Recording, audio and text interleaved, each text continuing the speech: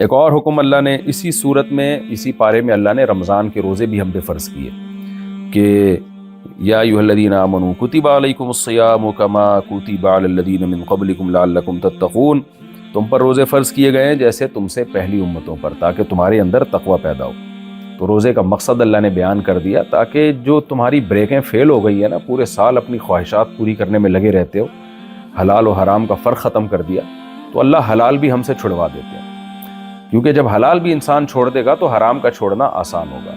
تو جو رمضان کے روزے اس نیت سے رکھے گا کہ میرے اندر تقوی پیدا ہو، اس کو تو تقوی ملے گا، جو اس نیت سے نہیں رکھے گا تو اس کے اندر تقوی پیدا نہیں ہوگا۔ روزے کا ثواب تو مل جائے گا لیکن جو حکمت تھی وہ حاصل نہیں ہوگی۔ تبھی حدیث میں آتا ہے، نبی صلی اللہ علیہ وسلم نے فرمایا کہ بہت سے روزے دار ایسے ہیں جن کو روزے میں سوائے بھوک پیاس کے کچھ بھی حاصل نہیں ہوتا، اور بہت سے راتوں کو عبادت کرنے والے ایسے ہیں جن کو راتوں میں جاگنے کے سوا کچھ بھی حاصل نہیں ہوتا۔ تو یہ وہ لوگ ہیں جو روزہ اس نیت سے رکھتے ہی نہیں ہیں کہ ہماری زندگی تبدیل ہو، اور تہجد اس نیت سے پڑھتے ہی نہیں ہیں کہ ہماری زندگی میں انقلاب آئے اور ہم سے برائیاں چھوٹ جائیں۔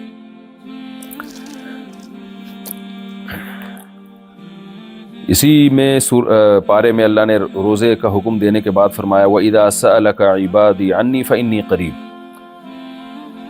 کہ جب میرے بندے میرے بارے میں پوچھیں تو آپ بتائیں کہ میں قریب ہوں۔ اجیب دعوت الداعی اذا دعان، جب کوئی پکارنے والا مجھے پکارتا ہے تو میں اس کی دعا کا جواب دیتا ہوں، سنتا ہوں اس کی دعا، قبول کرتا ہوں۔ دیکھیں رمضان کے ساتھ اللہ نے دعا کا تذکرہ کیا، اس سے صاف پتہ چلتا ہے کہ روزہ، رمضان اور دعا ان کی آپس میں بہت مناسبت ہے، اس لیے رمضان میں دعاؤں کا خاص اہتمام کرنا چاہیے، خوب گڑ گڑا کے دعائیں مانگنی چاہیے۔ بہت سے لوگ ایک سوال کرتے ہیں کہ ہم دعائیں مانگتے ہیں قبول نہیں ہوتی، تو یہ تو ساری ضائع جا رہی ہیں، اس لیے وہ دل لگا کے دعا مانگتے بھی نہیں ہیں، ایسے سرسری مانگ رہے ہوتے ہیں کہ جیسے ہوتا ہے نا کوئی چیز ٹرائی کر کے دیکھ لینا۔ تو وجہ اس کی یہ ہے کہ وہ غلط فہمی کا شکار ہیں، وہ سمجھتے ہیں کہ جیسے میں چاہ رہا ہوں اس طرح سے قبول ہو۔ آپ کو پتہ نہیں ہوتا کہ اللہ کس طرح سے قبول کر رہا ہے، قبول لازمی کرتا ہے وہ۔ یہ ہو نہیں سکتا کہ آپ اللہ کے سامنے ہاتھ اٹھائیں اور بھیک مانگیں اور اللہ نہ دے۔ دنیا میں جب کوئی چھوٹا سا سخی بھی ہو نا، اس کے سامنے کوئی فقیر ہاتھ اٹھا کے بھیک مانگتا ہے، وہ کچھ نہ کچھ پکڑا دیتا ہے اس کو۔ تو یہ اللہ سے کیسے ممکن ہے کہ آپ اس کے سامنے گڑ گڑا رہے ہیں اور وہ آپ کو دے نہ؟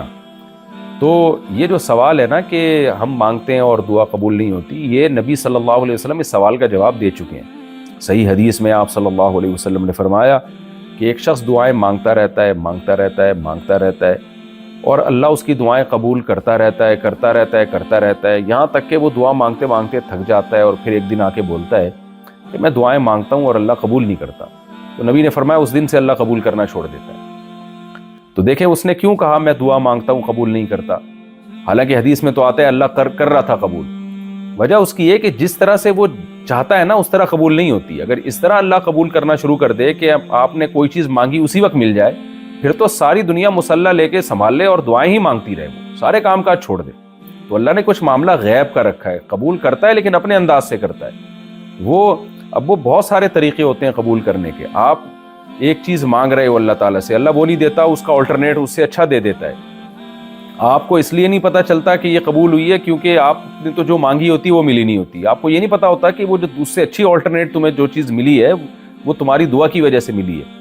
بعض دفعہ وہ چیز نہیں ملتی، بلکہ ہوتا ہی ہے کہ کوئی مصیبت آنے والی ہوتی ہے، اللہ اس کو ٹال دیتے ہیں۔ اب مصیبت ہم نے آتے ہوئے دیکھی نہیں ہوتی تو ٹلتی ہوئی بھی نظر نہیں آ رہی ہوتی ہمیں، وہ اللہ کے علم میں ہوتا ہے کہ میں نے مصیبت اس پر آنی تھی اور میں نے اس کی دعاؤں کی وجہ سے مصیبت ٹال دی ہے۔ اور کچھ نہیں تو کم سے کم دعا اجر کے طور پر قیامت کے دن محفوظ ہو جاتی ہے وہ۔ تو یہ اللہ پہ چھوڑ دینا چاہیے کیسے قبول کرتا ہے، تو ہمارا کام ہے اللہ تعالیٰ سے مانگنا۔ اسی صورت میں اللہ نے ایک بہت اہم حکم یہ بھی دیا وَلَا تَأْكُلُوا أَمْوَالَكُمْ بَيْنَكُمْ بِالْبَاطِلِ، ایک دوسرے کا مال ناحق طریقے سے مت کھاؤ، وَتُدْلُوا بِهَا إِلَى الْحُكَّامِ لِتَأْكُلُوا فَرِيقًا مِنْ أَمْوَالِ النَّاسِ بِالْإِثْمِ، اور حکام کو رشوتیں کھلا کے کسی کا حق نہ مارا کرو۔ یہ بھی لگتا ہے بہت پرانی بدعت ہے، ہمیشہ سے دنیا میں رائج رہی ہے کہ حکمرانوں کو، ججز کو، عدلیہ کو پیسے کھلا کے ان سے ظلم کروانا، کسی کا حق مار لینا۔ تو اللہ نے کہا کہ کسی کا مال ناحق طریقے سے مت کھاؤ اور کھلاؤ بھی نہیں ناحق طریقے سے، یعنی رشوت بھی مت دو کسی پہ ظلم کرنے کے لیے کہ کسی کا حق جو ہے تم دبا لو۔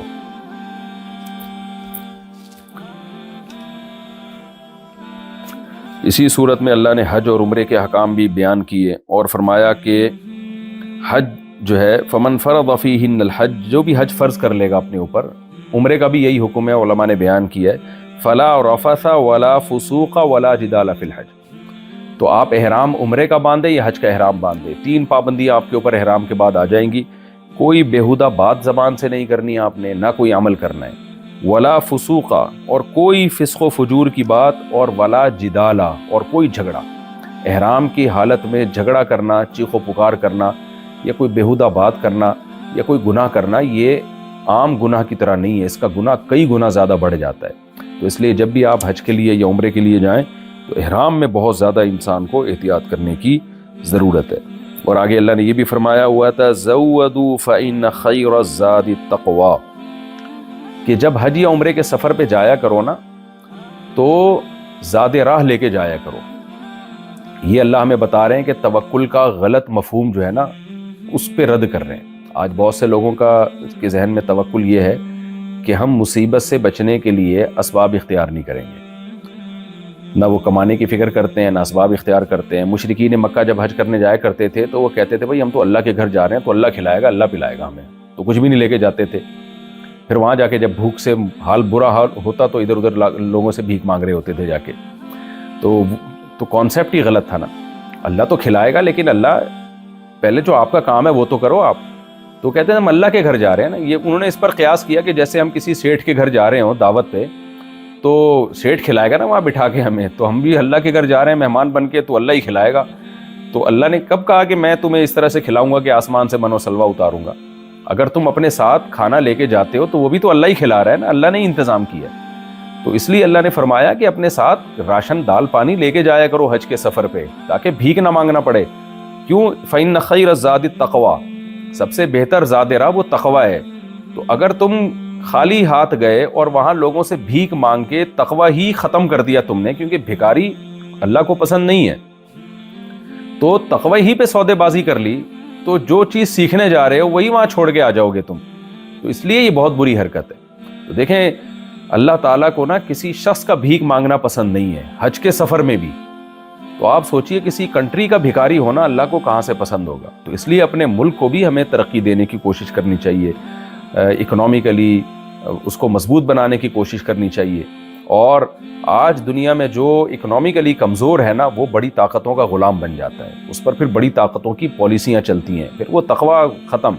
ہمارے ملک میں جو کو ایجوکیشن سسٹم ہے پاکستان میں، ہم جب بھی بات کرتے ہیں ہم بڑے طبقے سے تو وہ کہتے ہیں بھائی اوپر کا دباؤ ہے، اور پھر وہ ہمارے حکمران جواب یہ دیتے ہیں بھائی جن کا کھاتے ہیں ہم تو ہمیں پالیسیاں بھی انہی کی چلانی پڑیں گی، قرضے لیتے ہیں ہم ان سے تو پھر پالیسیاں بھی انہی کی۔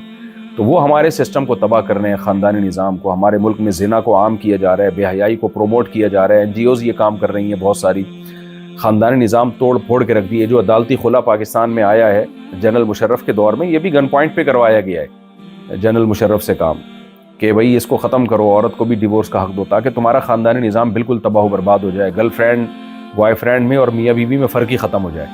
تو جب آپ اکنامیکلی مضبوط ہوتے ہیں تو آپ آنکھوں میں آنکھیں ڈال کے بات کر سکتے ہیں۔ تو اس لیے ہمیں اپنے کنٹری کو بھی اور اپنے ذات کو بھی اکنامیکلی مضبوط کرنے کی کوشش کرنی چاہیے۔